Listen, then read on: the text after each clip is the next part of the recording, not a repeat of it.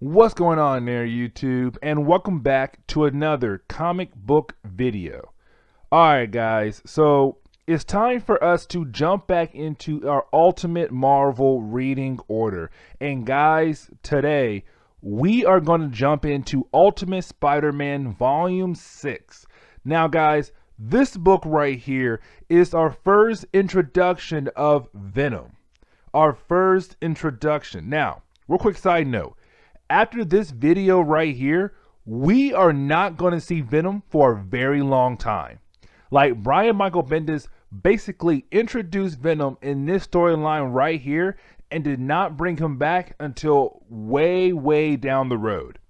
So I'm telling you right now, after this video right here, you will not see Venom for like, I don't know how many months until we get to that story right there. Now, guys, Volume 6 does pick up where Volume 5 left off at. Now, guys, remember, at the end of Volume 5, Mary Jane broke up with Peter Parker. She dumped him. She's mad at him because, one, she's afraid that she might die or he might die from being Spider-Man. Also, Gwen Stacy moved in with the Parkers, and Mary Jane hates Gwen Stacy, but also she has some family drama. Her dad is cheating on her mom, and her mom is not doing anything about it. And so right now, Mary Jane is mad at the world. Her mom, her dad, Gwen Stacy, Peter Parker, just anybody in her way, she's mad at them. And so right now, guys, we pick up with Peter Parker just laying on the floor thinking about the breakup. And he's wondering, what should he do? Should he give her a call? Maybe he'll be able to convince her to say, hey, you know what? We should be together. Let's not break up. And so Peter Parker is really sitting down thinking about how in the world can he get his girlfriend back, bring her back to, his life, and begin the relationship all over again. Now, of course, he's so angry at himself, he does throw his phone across the room and his phone does break. Now, with his phone breaking on the wall he threw it to, he does go over to that wall and he finds some kind of hidden door in May Parker's basement. And so he opens up this hidden door and he finds all these boxes that are labeled Parker. And he opens one up and he sees that there are pictures in there of his dad and his mom and him when he was a young boy. But also he sees a tape. And so what he does, he goes upstairs to, like, I want to say May's room, or it could be his own room. I don't know. But he does go upstairs and he does put the tape in the tape player. And guys, right now I feel old because honestly, I have not seen a VHS in a long time. But anyways, he puts the tape inside and he sees his dad, his mom. He also sees Uncle Ben and Aunt May, but he also sees another family. And guys, on this tape, it's all of them when they were young. So Peter Parker's like 4 years old. His parents still alive. Aunt May and Uncle Ben, they're also young. But there's also a second random family there. Now, as he watches the video, Aunt May does come behind him and she says, oh my God, I have not seen that video in a long time. Oh my gosh, Uncle Ben, seeing him like that just brings back all those memories. Now, Peter Parker does ask Aunt May, who was that? Who was that young boy? Who was that family? And Aunt May says, well, those are Brocks. Eddie Brock and you were best friends. Even though you were a few years apart, you guys were like two peas in the pods. Matter of fact, Peter, you know what you should do?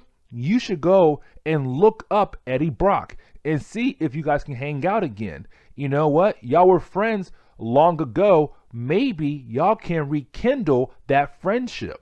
And so Peter Parker says, that's a good idea, Aunt May. He goes to his room, gets on his computer, looks up Eddie Brock, and see that Eddie Brock goes to university in New York. And so he calls up Eddie Brock and say, hey, Eddie, it's me, Peter Parker. And Eddie's kind of like, oh my God, Peter Parker? Like, you're alive. So cool, man. Like, we should hang out. We should meet up.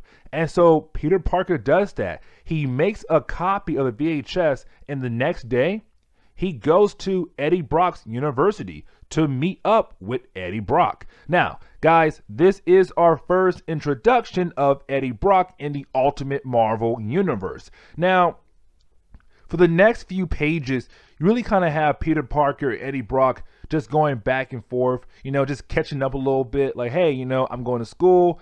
I'm going to school for this. How's high school? My parents died too on that plane with your parents. Like, it's them just basically catching up one another. And that's really it. It's not really important, but it's kind of cool to see Eddie Brock and Peter Parker, who were friends long ago, but now back together again for the first time and rekindling their friendship. Now, you do have Peter Parker say, hey, man, this tape is for you. I made it because I'm pretty sure you want to see your mom and dad one more time because, they also died on that plane with my parents. Now, Eddie Brock says, you know what, Peter?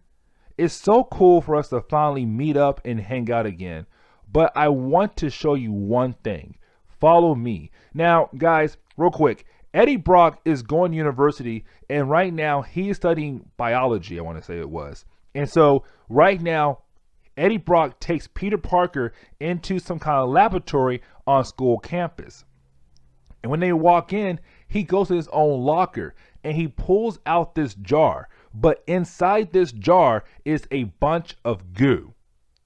And Peter's all like, what in the world is that? And you have Eddie Brock say, dude, this is our inheritance. Our parents made this. Our dads made this. Now, guys, when it comes to Ultimate Spider-Man number 34, with this book right here, guys, this is the book where we finally see the black suit Spider-Man. Now, you do have Eddie Brock kind of sit down Peter Parker and break everything down for us, but also for him. And you have Eddie Brock say, listen, Peter, the pile of goo on the table right there, that was our dad's last project. Your dad, my dad, this was their last project. This bottle of goo was going to be the cure for cancer. The problem was, though, our parents died before they finished the project. Now, you do have Eddie Brock kind of go deeper into details and say, listen, tell you more things about our fathers. Our dads used to work for a company called Trask. And the thing is, though, Trask tried to take the project away from our fathers and have someone else work on it because Trask believes that the project was owned by them. Now, our parents, and basically our fathers, but our fathers tried to sue Trask to get the rights back from them to continue their lifetime work. The problem was, though, on the last day for court, they were going to fly over to the next city and finally handle this lawsuit. They died in the plane crash. Now, luckily for us, our dad still had the bottle of goo, and my grandpa kept it for me throughout all these years, and he finally gave it to me to continue to work on and hopefully finish my dad's project. Now, we do jump forward one day and we pick up Peter Parker and Gwen Stacy right now after school. And the thing is, they're just waiting for a ride home from school. Now, Mary Jane walks out, and this is kind of awkward because this is the first time Mary Jane and Peter Parker have seen each other after their breakup. Now, you do have Peter Parker kind of like, what do I do? Do I talk to her? Do I ignore her? But Gwen Stacy says, dude, leave her alone. She dumped you. Do not go over there and talk to her. And so Peter Parker ignores Mary Jane. Now, Eddie Brock does pull up in his nice car. Gwen Stacy and Peter get inside the car and they go to the mall to hang out. Now, we do jump over to the mall where they are hanging out and everything. And you do kind of have Eddie Brock and Peter Parker kind of talking about college life, the high school life.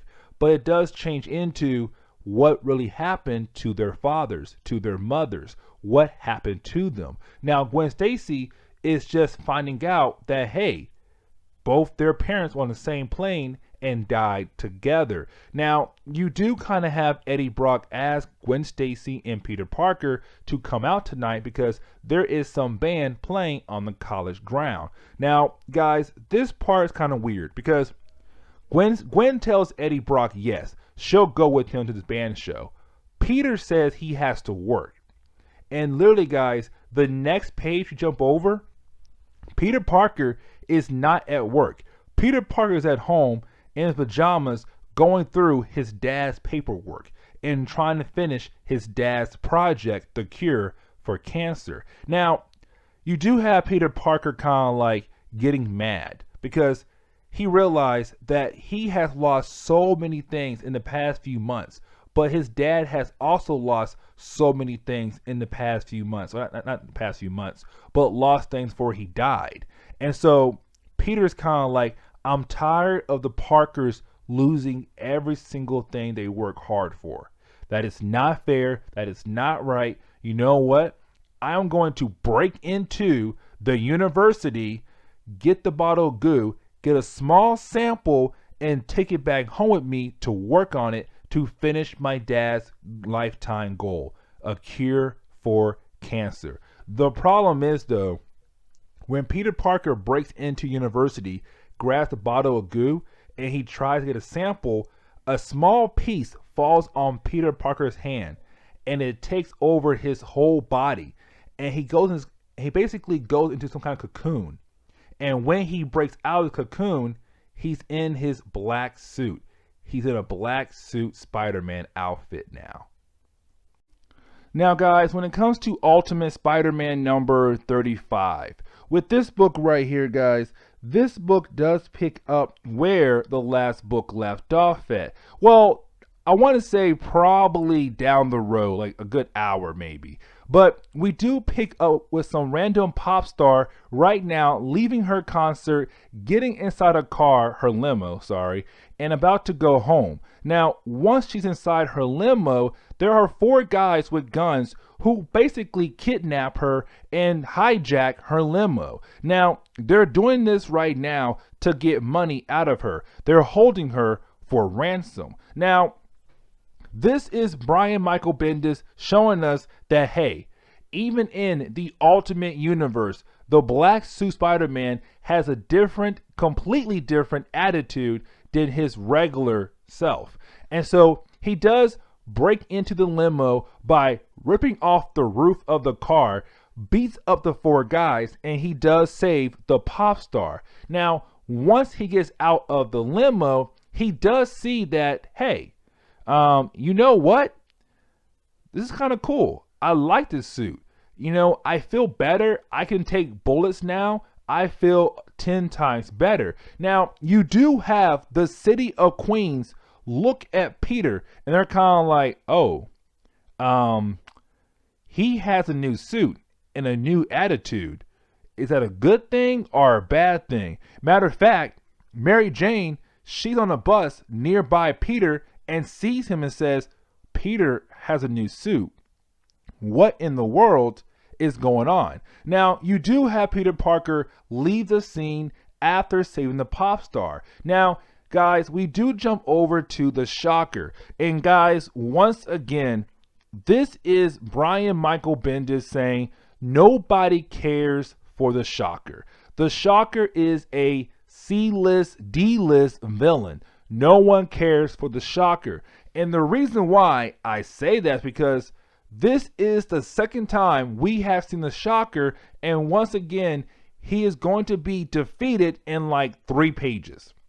Because Peter Parker jumps down in his new black suit, and they do fight for like 1-2 panels, and Peter was able to defeat the Shocker once again, just that easy. Again, is Brian Michael Bendis saying the Shocker is a nobody and nobody cares for the Shocker. Now, you do have Peter Parker kind of heading home finally. The problem is, though, he does hear a young girl scream, "Somebody help me." And when he goes towards the scream, he does walk into a store and he sees a young girl holding her father's lifeless body because someone just shot her father and killed him because the person was trying to rob him. And so you do have Peter Parker go after the thug to get him and arrest him. Now, once Peter does catch up to the thug, Peter looks at the thug and says, "You remind me of the man who shot my uncle. You remind me of the man who shot my uncle right in front of my aunt." And so with Peter getting all mad from seeing this man and reminding him of his uncle dying, Peter turns into the monster-looking Venom and saying, "I am going to eat you." And guys, this right here is us finding out the suit needs to eat people to stay alive. And so right now, the Venom suit wants to eat this poor man to stay alive, basically. But the thing is though, Peter Parker does able to get control of the suit and say, "No, we are not going to eat this man." Now, you do have Peter Parker try to take off the suit, but the thing is though, the suit is so strong, the suit will not let go of Peter Parker. Now, luckily for Peter Parker, he does run into some phone lines that does shock the suit and burn the suit right off Peter Parker, basically killing the suit completely. And so it's kind of like Peter Parker is free from the Venom suit. The problem is though, there's still a whole bottle of goo back at the college of Eddie Brock. Now guys, when it comes to Ultimate Spider-Man number 36, with this book right here guys, let me tell you something. When I was younger, I thought I would finally see Venom. Like, I thought I would finally see Venom for the first time in Ultimate Marvel. I was like, yo, we are about to get Venom. And the thing is, guys, we don't. That is in the next book. But anyways, guys, this book right here sets up Venom's first appearance. Now, you do have Eddie Brock take Gwen Stacy back to his dorm room. Now, guys, remember, Eddie Brock took Gwen to a concert that was at the college. And the thing is though, after the concert, he thought that he'll be able to get some loving from Gwen Stacy, some love stuff from Gwen Stacy. I'm trying to say PG here. But you do have Gwen Stacy tell him no once to get back to his dorm room because she's kind of like, dude, you're 20. I'm 15. That's illegal. 2, kind of creepy. And 3, my dad just died. What in the world is wrong with you? And so you have Gwen Stacy leave his dorm room. Now, Eddie Brock is kind of mad. But the thing is though, as soon as he turned on his TV, he does see that there is a Spider-Man in a black suit. And he's kind of like, huh, that's weird because it's only been a couple hours after I showed Peter Parker the black goo. And it's weird how this new Spider-Man has a black suit. And so Eddie Brock, he does rush into the laboratory to see if someone broke into the lab and stole the black goo. But once he walks in, he does see Peter Parker in some kind of weird outfit and kind of like, Eddie, I'm sorry, but we have to destroy this project. Now, you do have Eddie Brock kind of move in on Peter like, no, man, listen, you are not taking my dad's life work. The thing is, though, Peter Parker does pick up Eddie Brock with one hand, and Eddie's kind of like, oh, crap, you are Spider-Man. Now, you do have Peter Parker kind of tell Eddie everything that happened in the last book. How the fact that he almost ate a man by the suit, whatever. But he's kind of like, listen, the suit needs to feed on people. The suit needs to eat people. And I almost ate somebody, a live person. He was not dead. He was alive. And I'm about to chow down on him. The suit is uncontrollable. We have to get rid of it. Now, you do have Eddie Brock kind of like, you're right. after everything you told me, Peter. And you know what, man? You're right. Go ahead and take the suit and just destroy it. Burn the goo alive. Let's prevent any bad things happening down the road. Just take it and leave. And so Peter Parker leaves. Eddie Brock also leaves. Now, Peter Parker does go somewhere and he does burn the suit alive. The problem is, though, after Peter left and Eddie Brock left, Eddie walked down the hallway, turned back around, walked back into the laboratory, and we come to find out Eddie Brock has not just one locker, but two lockers. In the other locker, he has, again, another jar of the black goo, the suit, the Venom suit. And you have Eddie Brock put his hand right into the black goo, and the book ends like that. Now, guys, when it comes to Ultimate Spider-Man number 37, with this book right here, guys, this book doesn't pick up where the last book left off at. Instead, we pick up with Peter Parker right now having a nightmare. Because, guys, remember, Peter Parker almost ate somebody while wearing the black suit. And so right now, Peter Parker is having a nightmare about eating that man. Now, Peter Parker does wake up and he says, oh crap, that was crazy. That was wild. That can never happen. And so what Peter Parker does, he says, you know what? Let me go over to Mary Jane's house, because Mary Jane is the only person I know that I can talk to about being Spider-Man. And so Peter Parker does go over Mary Jane's house, hoping to talk to her. Now, Peter is also hoping that just maybe, Mary Jane will take him back. And so after Peter tells her everything that happened to him in the past couple days, Peter's kind of like, listen, Mary Jane, there is nothing going on between Gwen and I. I only love you. I only care for you. Can you please just take me back? And the thing is, you have Mary Jane say, no, Peter, we are not living a normal life. You have to realize, in the past couple weeks, I have been thrown off a bridge. You have been shot. Okay, Peter, when you leave school, you go be a superhero and you fight super villains. Peter, that is not a normal teenager life. You're living a fantasy that is real, but dangerous. Peter, that's not normal. That is crazy and that is wild, and that is not okay. And so you have Mary Jane say, no, we cannot be together. And guys, Mary Jane just walks away. Now, we do jump over to Eddie Brock. Now, guys, remember, the last time we saw Eddie Brock, he was about to put his hand in the bottle of goo. The thing is, though, the book cut off right there. Now, the thing is, we pick up with somebody walking into the room just to clean up the laboratory. The thing is, though, when this lady walks in the room, she finds Eddie Brock in the same cocoon state that Peter Parker was in earlier in the video.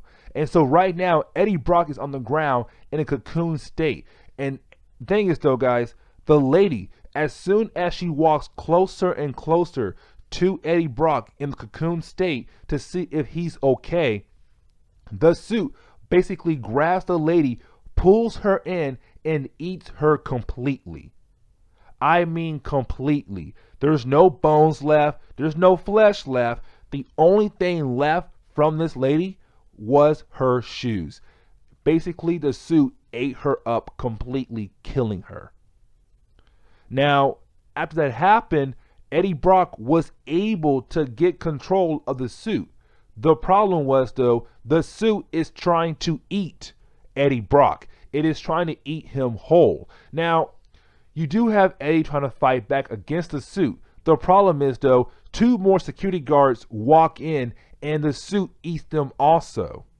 And so Eddie Brock does not have full control of the Venom suit. Now, we do jump over to Peter Parker at high school right now in class, just thinking about everything that happened to him in the past couple of days. Mary Jane, the black suit, Eddie Brock. He's in class, but he's not paying attention. Now, here's the thing though. Peter Parker spider sense is going crazy. He's kind of like, why in the world is my spider sense going crazy? What is happening? Peter Parker looks outside and he sees the black suit is out there. And Peter's kind of like, wait a second. I burned the black suit. How in the world is the black suit alive still? And so you have Peter Parker go out of his classroom, out in the middle of the football field to confront the black suit. And the thing is, when he goes up to the front to the black suit, he comes to find out that it is Eddie Brock. That Eddie Brock is now part of the black suit. And Eddie Brock is there to kill Peter Parker. Now guys, when it comes to Ultimate Spider-Man number 38, with this book right here guys, this is the book where, like I said earlier, after this book right here, we are not going to see Venom for a very long time. Like a very long time. Because Brian Michael Bendis only gave us like a small appearance of Venom, but that took place in like Ultimate Spider-Man number 100 and something. So like from 70 books to 80 books away, we are not going to see Venom reappear in the Ultimate Universe. I mean, he does make a minor appearance in Ultimates 3, but it's not that huge. It's not like, oh my god, it's Ultimate Venom. No. It's kind of, oh, there's Venom, and now he's gone. And so guys, with this book here though, it does pick up where our last book left off at. You do have Peter Parker and Venom fighting against each other. Now, the whole book is basically them going back and forth, fighting against each other. The thing is though, guys, you do have Peter Parker really trying hard to tell Eddie Brock, you have to fight this. You have to fight this, because if you don't fight this, the suit will kill you. The suit will kill you and will eat you up. And then it will go on to the next person and do the same thing. You have to fight the suit. You need to let me help you. The thing is though, Eddie Brock is so mad at Peter Parker for one, basically taking something away from him that belonged to his father and basically burned it. Eddie Brock is full of rage because Peter Parker had just came into his life and made his life worse. And so Eddie Brock is just mad at the world, but mostly mad at Peter Parker. Because Eddie Brock believed that when him reconnecting with Peter Parker, that everything would be okay. He got his childhood best friend back. But in reality, Peter Parker made his life worse. And so right now, Eddie Brock is just full of rage. Now, to go ahead and wrap up Ultimate Spider-Man number 38, you do have Peter Parker and Eddie Brock fight go all over the city. But Eddie Brock does get shot by the police station, does get shot by a bunch of policemen. But the thing is though, there is a live wire on the ground. And so with Eddie Brock basically slowly walking backwards, he steps on the live wire and it basically just blows him up. It blows him up, and it does look like Eddie Brock has been killed. That Eddie Brock is dead. That Venom just blew up. The black suit's gone, Eddie Brock is gone, and there is no more Venom. And guys, like I said, after that moment right there, we do not see Eddie Brock until down the road. Like Ultimates 3, minor appearance, or Ultimate Spider-Man number 100 and I forgot what book it was. But we will not see Venom for a very, very long time. Now guys, we do pick up with Ultimate Spider-Man number 39. Now, this book right here, guys, this is actually the ending of Volume 6 of Ultimate Spider-Man. Now, originally, I was going to go ahead in today's video, but I realized, oh wait, 39 gives us a few more answers of what happened to Eddie Brock after number 38. Now, we do pick up with Nick Fury. And the thing is, though, guys, Nick Fury's just out right now on another mission right now. But the thing is, though, someone tells him, hey, listen, you have somebody following you for the past like hour or two. And so you do have Nick Fury go into a hidden alleyway, use some kind of weird device that cancels out Peter Parker's powers and makes Peter Parker fall down to the ground. And you have Nick Fury kind of like, okay, Peter, why in the world have you been following me for? And the thing is, you have Peter kind of like, listen, I know that you guys have some kind of way to get rid of my spider powers because I do not want them anymore. Can you please just take them away from me? Because ever since I got these powers, things have been getting worse for me in my life. My girlfriend left me. I got shot. You know, Norman Osborn is a crazy man who might try to come back again. I lost my best friend, Harry Osborn. And I was able to reconnect with my old childhood friend, but then he turned into some kind of blue monster and I got him killed. And so you do have Nick Fury kind of like, oh, wait, that was you? That was you fighting that weird black monster in Queens? Where is he now? You have Peter Parker kind of like, dude, it doesn't matter where he's at now. He's dead. But the thing is, though, I need you to take my spider powers away. And so you have Nick Fury say, no, I'm not going to do that. I am not going to take your powers away from you. Because the thing is, you just had a bad day. You are a teenager. You do not know how to handle something like this. Let me tell you, man, it's called life. You will have multiple bad days down the road. But listen to me. You will get through this, kid. I understand that you went through a lot in the past couple months because believe me, we have been watching you. But I'm telling you right now, you will be okay. Now, we do jump over to Peter Parker going to the dorm room of Eddie Brock. And the thing is, though, when he walks in, Eddie Brock's stuff is gone. Eddie Brock's stuff is gone. And so you do have Eddie Brock's dorm mate kind of like, yeah, when I came back, his stuff was already gone. He was already gone, and that's it. That's all I know. I didn't see him. Nobody did. But Eddie Brock is gone. And so Peter Parker is kind of like, he's alive. But how in the world is he alive? I watch him die. He's alive. There's no way. And so Peter Parker rushes to the laboratory. And when he gets in there, he does meet up with Kirk Connors. And Kirk Connors is kind of like, Peter Parker, it's you again. All right, good to see you. Listen, your friend Eddie Brock is also gone. He is missing. Like, he basically came in here and he took the rest of your dad's project. So yes, he was here and now he is also gone. And so you get Peter kind of like, wait, are you telling me that Eddie Brock is still alive? Eddie Brock was here also, and he took the rest of our father's project with him when he damn well knows that project is out of control?